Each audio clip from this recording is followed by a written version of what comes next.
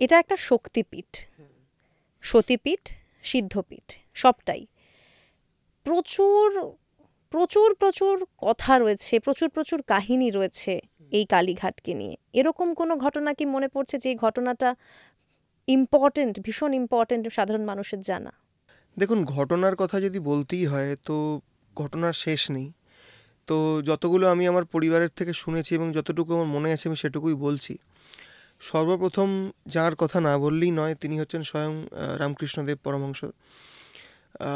উনি নিজেই বলেছিলেন যে মানে ওনার উনি যে 3টি মন্দিরে গিয়ে ভগবানের উপস্থিতি বুঝতে পেরেছিলেন, সেই 3টি মন্দির হচ্ছে প্রথম কালীঘাটের স্বয়ং দক্ষিণা কালী, দক্ষিণেশ্বরে মা ভবতারিণী এবং খড়দার শ্যামসুন্দর।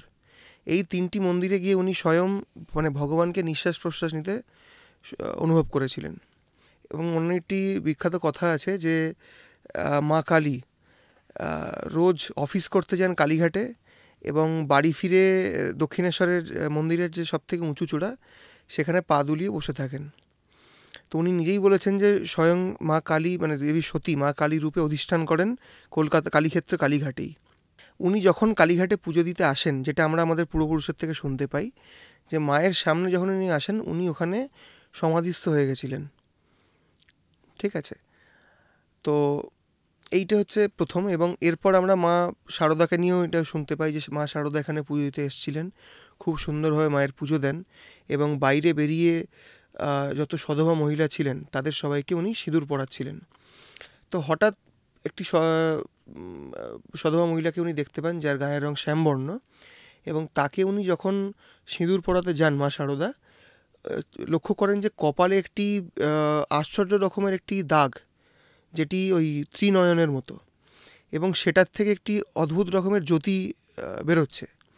সেটি দেখে মা শারদা ওখানেই অজ্ঞান হয়ে যান এবং যখন ওনার জ্ঞান ফেরে তখন উনি যখন এই মহিলার খোঁজ করেন জানতে পারেন ওরকম কোনো মহিলা ছিলেনই না ওখানে। স্বামী বিবেকানন্দ স্বয়ং আমাদের মায়ের গর্ভগৃহে অভয় মুদ্রা যেদিকে আছে ডান দিকে, সেখানে স্বয়ং বিবেকানন্দ বসে হোম করে গেছেন। এবং আরও যার কথা না বললেই নয়, তিনি হচ্ছেন স্বয়ং নেতাজি। উনি যখনই কোনো শুভ কার্যে যেতেন মায়ের এখানে পুজো দিয়ে যেতেন। এবং যত আরও আমাদের স্বাধীনতা সংগ্রামীরা ছিলেন তাদের মধ্যে অনেকেই, আমি নাম নিচ্ছি না, এটা অনেকেই জানেন না, তারা কিন্তু মায়ের এখানে বলি দিয়ে তারপর তারা নিজের কর্মে যেতেন যাতে তাদের মনস্কামনা পূর্ণ হয়।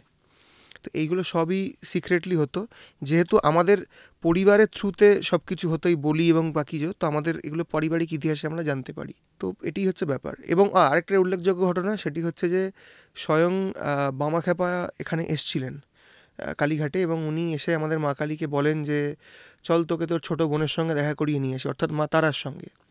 বলে উনি মায়ের যে মুখমণ্ডল যে শিলা সেইটিকে তারাপীঠ নিয়ে যাওয়ার চেষ্টা করেন, মানে ওখান থেকে তোলার চেষ্টা করেন।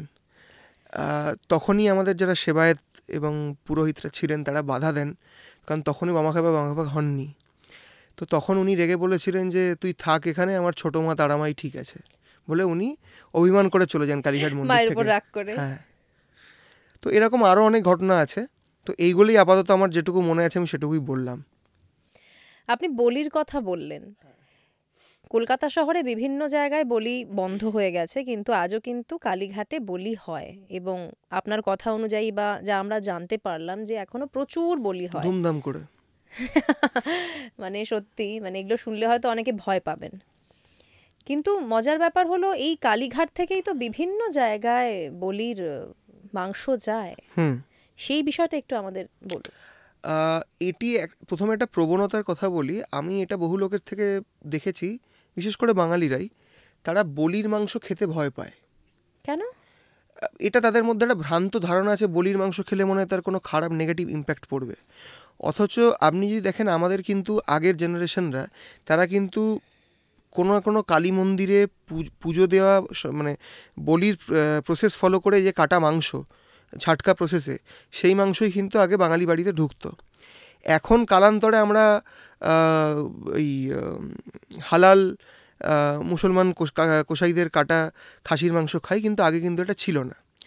এখনও যদি আপনি দেখেন, যেহেতু অন্যান্য সব কালী মন্দিরে প্রায় বলি বন্ধই হয়ে গেছে, কালীঘাটে প্রচুর বড় করে বলি হয়। আপনার বেলুর মঠ থেকে শুরু করে যত রামকৃষ্ণ মঠ রয়েছে সেখানে ওনারা যত দুর্গাপুজো কালী পুজো পালন করেন বা ওনাদের যত মাংস লাগে সব মাংস কিন্তু কালীঘাট মন্দিরে বলি হওয়া মাংসই যায়। এবং কলকাতা শহরে এবং কলকাতার ইভেন বাইরেও যত বনেদি বাড়িতে বা যত বাড়িতে সাধারণ বাড়িতেও যারা মাছ মাংস সহিত দেবী দুর্গার বা দেবী কালিকার পূজা করেন সেই সমস্ত মাংস কিন্তু কালীঘাটের বলির মাংসই যায়। এটা অনেকেই জানেন না। হ্যাঁ, মানে এটা একেবারে নতুন তথ্য। এবং কেউ যদি মনে করেন যে তারা বলির প্রসাদী মাংস খেতে চান, যেটি খুবই ভালো শরীরের জন্য, তাহলে কালীঘাটে কিন্তু এখনও রোজ বলির মাংস নর্মালি বিক্রি হয়। আচ্ছা, মানে ওখানেই মন্দিরের মন্দিরের মধ্যেও বিক্রি হয়, মন্দিরের বাইরেও বিক্রি হয়। মন্দিরের মধ্যে একদম বলি করানো মাংসই বিক্রি হয় এবং মন্দিরের বাইরে কিন্তু মানে বলি করানো নয়, কিন্তু আমাদের যেটা হিন্দুদের যেটা নিয়ম ঝাটকা প্রসেসে, সেই ঝাটকা প্রসেসে কাটা পাঁঠার মাংস এখনও বিক্রি হয়। কেউ যদি মনে করেন তারা বাড়িতে নিয়ে এসে হালাল মাংস খাবেন না, ওই মাংস খাবেন, নিতে পারেন কালীঘাট থেকে। কারোর জানা না থাকলে আমাদের সঙ্গে যোগাযোগ করবেন, আমরাই বলে দেবো, গাইড করে দেবো।